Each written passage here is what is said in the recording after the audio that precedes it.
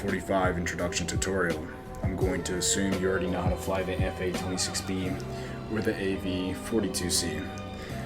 This, however, is the F-45, and it's a whole lot different than either of these two aircraft. First, it is designed for stealth, and second, it has a whole lot of technology inside of it that makes these two look like dinosaurs. First, I'm going to teach you about the heads-up display in the visor. So, if you're familiar with the visor in either of these two aircraft, whenever you put your visor down, you will be able to see your HUD in front of you, even below and through your aircraft. However, with the F-45, you do not need this visor at all, because you already have a clear visor that you can't see over your face, and the F-45's technology allows you to be able to project on this clear screen. So the only time you're ever going to really need this visor is if you're flying towards that sun. Next, where are my flaps? That's a common question when people jump into the F-45. There are flaps, but it's completely controlled by the powerful computer of the F-45. You really don't need to mess with it. Second, controls on the computer and how to save your setup. A lot of people know this, but I was a dumbass when I first started playing this. So, this is really easy to learn. The creator actually made an entire operating system just for this panel. You should be able to learn this by yourself pretty quickly. I'm just trying to show the things that people end up missing and get stuck on. Let's see. These are save sets, and the way you save a set is by holding down the number, and then you'll see this saved. Also, altitude mode. That's pretty simplistic. You'll see in the top right over there, ground altitude and sea level altitude. That's how you change it. Let's go to the next one. Hey, I just covered that. Cool. Wow, that's fast. I can't save during missions in the F-45. This is a hard to see. I wish I made that a little better. But it's your grip, your trigger, and your menu button. You have to do that in order and hold. So, in the, let's see, the AV-42C and the FA-26B, you would go your game menu right here, and there would be a save button on the side of the panel somewhere. And that's how you would be able to save during missions and reload during missions. However, in an event that you eject, you won't have that ability to save. So the developer made something a little bit better, and that's this. You can quick save by holding and loading, and recentering your seat, restart, and exit the mission. The way you get to this is by holding your grip trigger, your grip button, then you hold your trigger, and then you hit the menu button. The menu button is going to be a little different on everybody's controllers. I have an HTC Vive, and that menu button for me is right above the touch panel. It should be right where your thumb would hit if it was hitting this red button right there. But it's going to be different. At least you know that this exists, and you can figure out yourself by troubleshooting. VCAP. Alright, VCAP. That's one thing that a lot of people look at it and they know it does something, but they don't know exactly what. And there's actually a lot of debate about this. I use it for taking from hover to flight, exactly right there. So once you get to a certain altitude and a certain airspeed while you're in hover mode, you can engage the VCAP, and the VCAP will take you from hover to fully flight mode. And it's actually pretty useful. You can just hit that button, mess with your menus, while the VCAP is taking care of that manual transition to flight. That's pretty nice. A lot of people use the VCAP to land on aircraft carriers, and I think they're absolutely insane. Do not use VCAP to land. It makes your joysticks all backwards and everything, and it's not good to learn. Honestly, disengage it, fly it manually. It'll make you a better pilot, and in the future you'll learn to control your aircraft better. This is important.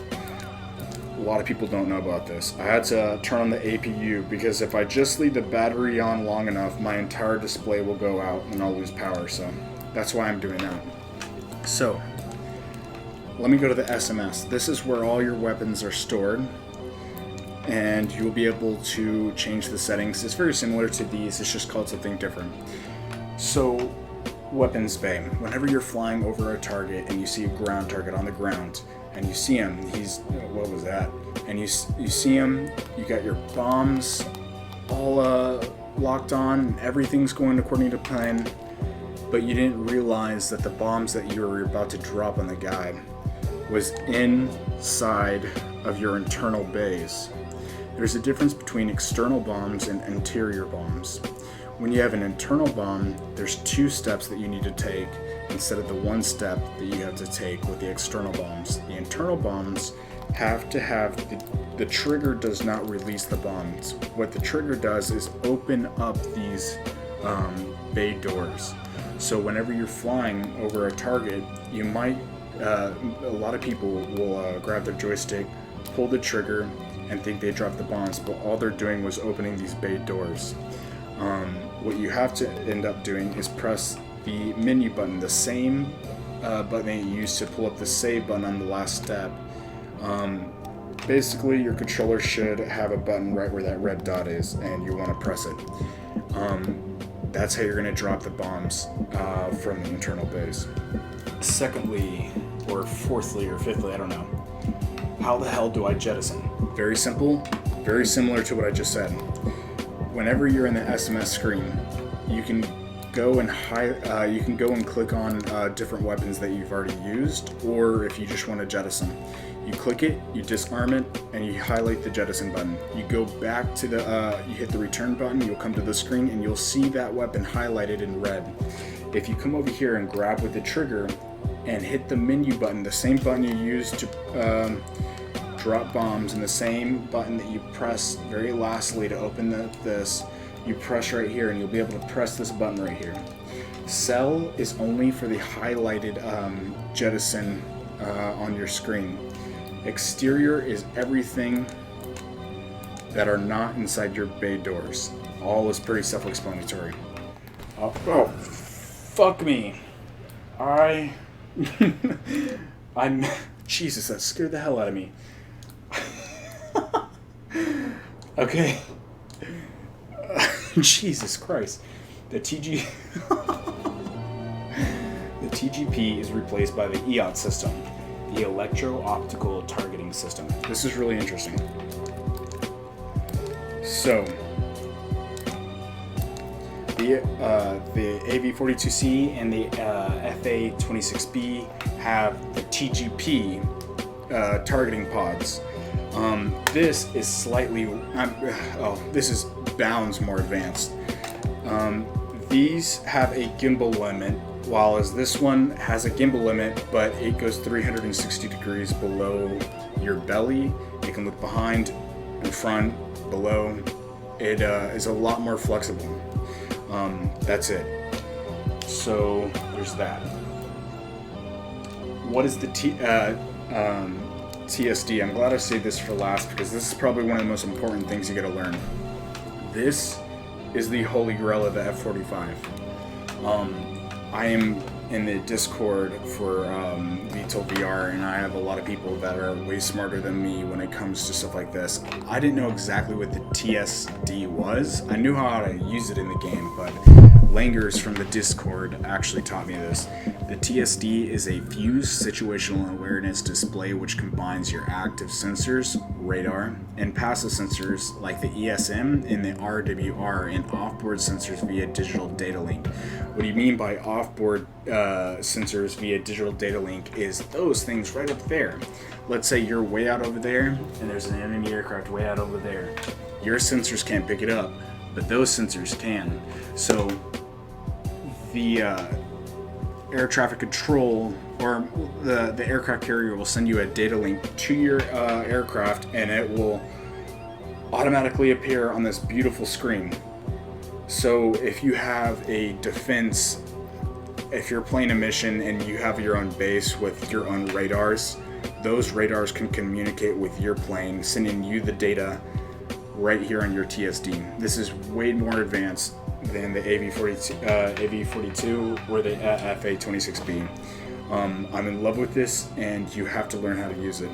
You use your SOI and you highlight an enemy and you select them. You'll see a little panel popped up down here. You can hit the EOTS, and what it will do is the highlighted enemy that you selected here, the EOT system will automatically target onto that enemy, which is very, very useful. This is a death machine. This is a perfect symbol. It's an amazing combination that you'll use with the F-45. However, that is it. Those are some things that a lot of people don't know when first starting off, and it gets a little bit tricky. If you're interested in joining the Discord, I highly recommend it. I mean, it's free. I'm not trying to sell you anything. There's a ton of great guys there that just know a lot more than I do.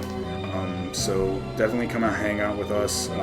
We're all into flight sims, and we're all very excited to see where this game goes next. I mean, this is the third aircraft in, like, what?